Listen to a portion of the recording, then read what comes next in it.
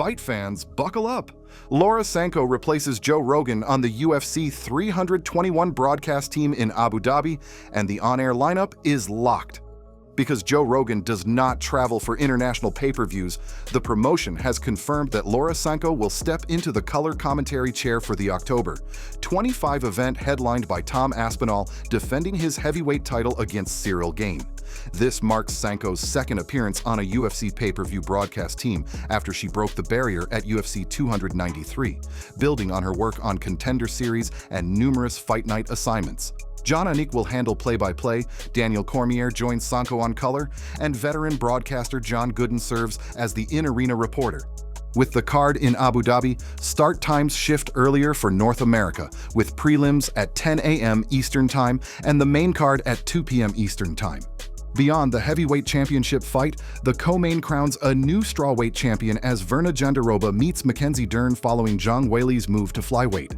Sanko's inclusion delivers a fighter-informed lens on grappling transitions, clinch choices, and scramble decisions that often get missed in real time, complementing Anik's pace and Cormier's high-level wrestling reads. If you want more breaking broadcast moves, fight announcements, and weigh-in alerts the minute they drop, take 3 seconds right now to like this video, hit subscribe, and tap the notification bell so you never miss our next update. Khamzat Chimaev says his ideal next step is a shot at a second belt against Alex Pereira at light heavyweight. Если спросить меня, мне, конечно, хочется за второй пояс подраться. Для меня, никому не секрет, тот парень, который сейчас 93, если стойки с ним не заигрываться, для меня очень удобный соперник. Да, все говорят, слишком мощный парень, но где-то в мощи я нигде не уступал никому, поэтому я думаю, он тоже 84 выступал и перешел в 93. Хотелось бы 93 подраться, а так самое главное заплатили хорошо. Speaking on the Barayev podcast, the middleweight champion called Pereira a very good stylistic matchup at 205 as long as he avoids getting reckless in pure striking exchanges. Chimaev noted that Pereira himself came up from 185 and emphasized that he has never felt outgunned physically, framing a move to light heavyweight as a realistic option. At the same time, Chimaev underscored that he will defend at middleweight if asked and listed potential opponents like Nassourdine Imavov, Renier de Ridder, or Anthony Hernandez, stressing that activity and the right purse are his priorities. The middleweight picture has fresh contenders queuing up, with Imavov handing Caio Baralho his first UFC loss, de Ridder sliding into a new main event against Brendan Allen after Anthony Hernandez withdrew, and Hernandez remaining a threat once healthy. Chimaev's message is straightforward. He wants history at 205 if timing and health align, but he will take the next man up at 185 to keep momentum and revenue moving as negotiations unfold. Andrew Tate is set for a Misfits boxing debut in a heavyweight title fight and will not be facing Darren Till next. After months of speculation pointing toward Tate versus Till in the influencer boxing space, reports indicate Tate has signed to fight current Misfits heavyweight champion Chase Damore on December 20 in Dubai as the Misfits 23 headliner. Damore has packed in an unusually busy year that included a professional bout ending in a draw, and the promotion is positioning this matchup as a marquee end-of-year attraction. Darren Till is still expected on the same card against an opponent to be announced.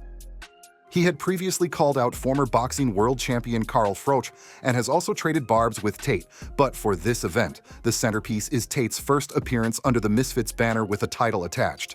The Dubai venue, the Misfits belt, and the combined social reach of both principal names form the backbone of the show's appeal, while Till's mystery booking creates a promotional lane for a late reveal.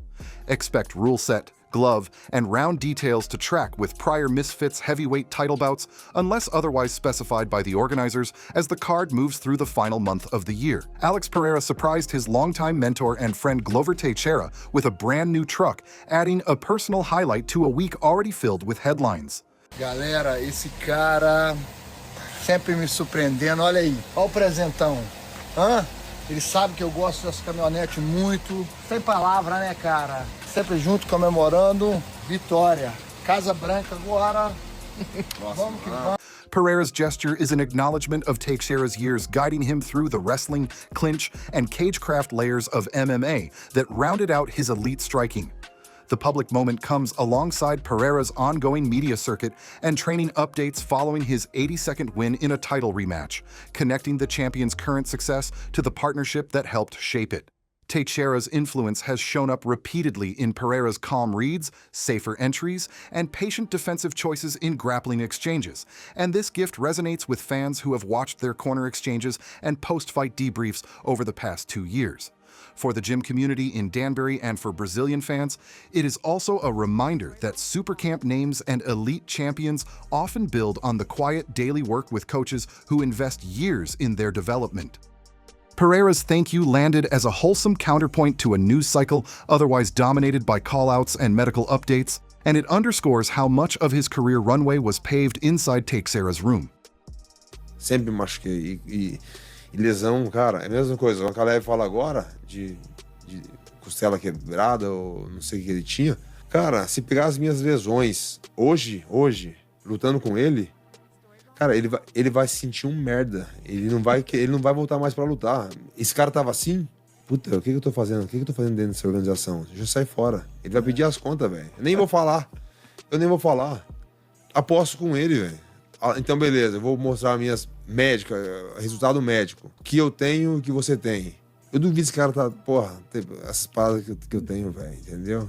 Pereira also responded directly to talk from Magomed Ankalaev's camp that the former champion suffered a rib injury roughly 3 weeks before their rematch. The light heavyweight king stated flatly that if Ankalaev saw the injuries he has been navigating, he would feel terrible and maybe not even come back to fight. Pereira said he can show medical results to compare what he fought through versus what Ankalaev faced. He added that the downward elbows to the body in the finish would have aggravated any pre-existing rib issue, but he rejected pre-fight injury narratives as excuses. He reiterated his approach of keeping health details private until after a bout to avoid framing the contest in advance, then speaking to them only if necessary. Pereira's stance remains consistent with past comments. He prefers accountability in the moment and clarity afterward, even as he acknowledges serious damage of his own. The current arc includes a confirmed foot fracture, ongoing evaluation for treatment plans, and a publicly stated interest in aligning his next appearance with the targeted White House date next June, all without naming a specific opponent in advance of medical clearance and official matchmaking. Dana White says Merab Dvalishvili has grown on him and praised the bantamweight champion's mentality as he prepares to headline the UFC's final pay-per-view of the ESPN era. Dvalishvili is set to defend his title in a rematch with Petr Yan at UFC 323 on December 6 in Las Vegas, which would mark a 4th successful defense in a single calendar year if he wins, something no UFC fighter has accomplished before. White acknowledged that it took him some time to come around on the machine, but emphasized that he now loves the mindset of staying active, taking all comers, and proving himself repeatedly inside the same 12 months. On the same card, Alexandre Pantoja defends his flyweight belt against Joshua Van, continuing one of the strongest sustained championship runs in the promotion and giving the event a second title fight with high stakes. White's comments arrive as the organization builds its send-off slate for ESPN and shapes the opening salvo for the Paramount era. Dvalishvili's pace and consistency suit the schedule, with 3 title defenses already logged in 2025 and the opportunity to cap the year with a record. The Yan rematch is a clean narrative, a top-tier opponent on a rebound streak, and the exact kind of main event that underscores Dvalishvili's year-long resume should he keep the belt. In short, we've got Laura Sanko sliding onto the UFC 321 desk, Khamzat eyeing Pereira for a 205-strap run, Andrew Tate swerving Darren Till to chase a Misfits heavyweight belt, Poatan gifting Glover a new truck while swatting away Ankalaev's rib excuses, and Dana White fully sold on Merab's never-stop grind. Wild mix, and it all sets up a spicy few months ahead. That's the wrap for today's headlines. If you enjoyed the coverage, hit subscribe, ring the bell, and share this video with a friend who never misses a main card. Tell us in the comments which story you're most hyped about and what matchup you want announced next. See you on the next one. Same channel, more chaos.